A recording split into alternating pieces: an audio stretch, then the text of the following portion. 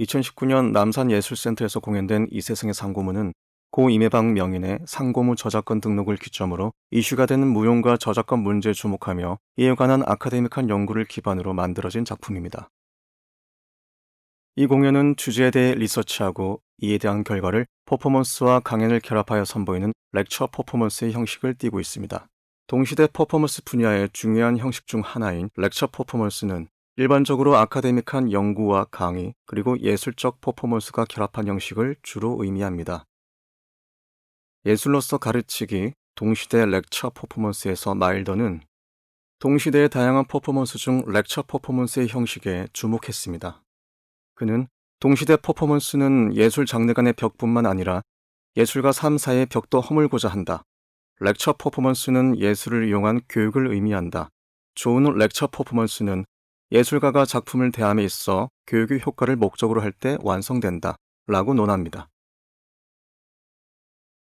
렉처 퍼포먼스 속 춤추는 몸의 의미에서 김현정은 무용계에서 유통되는 렉처 퍼포먼스를 하나의 사회 현상이자 무용계 흐름의 일부로 간주하고 춤추는 몸이 어떤 목적과 맥락에서 사용되는지를 탐색한 후 이것이 시사하는 바를 몸과 사회에 대한 성찰, 대학에서의 무용 실기와 이론교육 현실 측면에서 논한 바 있습니다. 2018년 12월부터 고 임혜방 선생님의 삼고무에 대한 저작권 이슈가 굉장히 좀 무용계에서 불거졌었거든요. 저작권이라던가 그리고 전통에 대한 문제들을 좀 작업으로 녹여보고 싶다라는 생각이 있었어서 그래서 그런 작업에 착수를 했었고요. 삼고무 작업의 경우에는 리서치라고 할 때 되게 그 이슈 자체가 현재 진행형인 사안이었기 때문에 다른 작업에 비해서는 좀 더 발품을 팔았던 것 같아요. 그래서 당시에 좌담이라던가 그리고 또 뭐 뉴스라던가 이런 것들이 되게 계속 순간순간 벌어지고 있었거든요. 그래서 그런 것들을 조금 촉각을 세우고 계속해서 파악하려고 했었고 또 그것 때문에 어떤 작업에 대한 내용이랑 방향들이 그 좀 길지는 않은 작업 기간에서 계속 변화했던 것 같아요. 그리고 저의 태도라는 것도 그것이 그 사안에 대한 제 관점 이것도 그 작업 기간에서 조금 지속적으로 바뀌었었거든요. 그래서 그것을 계속해서 파악하려고 했던 것이 기억이 나요. 그래서 저작권은 어떻게 뭐 등록되는 거라던가 아니면 뭐 이렇게 저작권법이라던가 저작권법 뭐 그런 것들에 대해서도 좀 꾸준히 좀 다방면으로 리서치하고 뭐 한 3개월 가량 정도 했던 것 같아요. 작업 초반에 일단은 같이 작업을 했던 무용가들을 섭외 단계에서부터 좀 이 사안에 대해서 같이 이야기를 하고 토론을 할 수 있는 그런 분들로 섭외를 했었어요. 그래서 이혜지 무용가 그리고 김다누 안무가 그렇게 두 분을 하기도 했었고 그리고 그 작업 자체의 기획자 분도 이제 성은지라고 한국무용을 전공하고 이제 그분 본인의 작업도 하는 그런 분들인데 어느 정도 움직임에서도 그런 것들도 알고 이제 삼고무라는 것이 다 어떻게 보면은 몸으로 이렇게 경험을 한 그런 사람들이었던 거죠.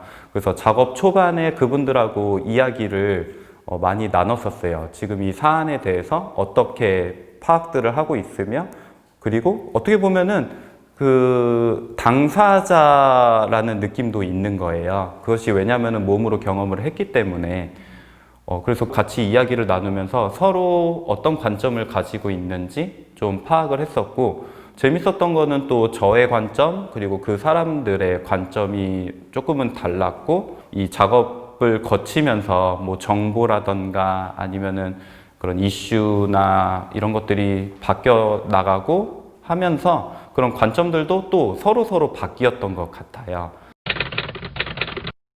첫 번째 파트에서는 정보를 전달하는 그런 렉처 느낌의 그런 거를 하려고 했었고 두 번째 에서는 저랑 같이 협업한 무용가들의 삼고물을 보여주는 것, 그리고 마지막에는 그것들을 저작권을 등록하는 퍼포먼스라고 되게 단순하게 세 개의 파트를 생각을 했었어요. 근데 이제 공연이 이루어지기 한 2주 전쯤, 열흘 전쯤이었나? 그때 이제 내부적으로 이제 런스루라고 하는 그런 쇼잉을 했었는데, 이게 공연 자체로 봤을 때 흥미가 덜 한 거예요.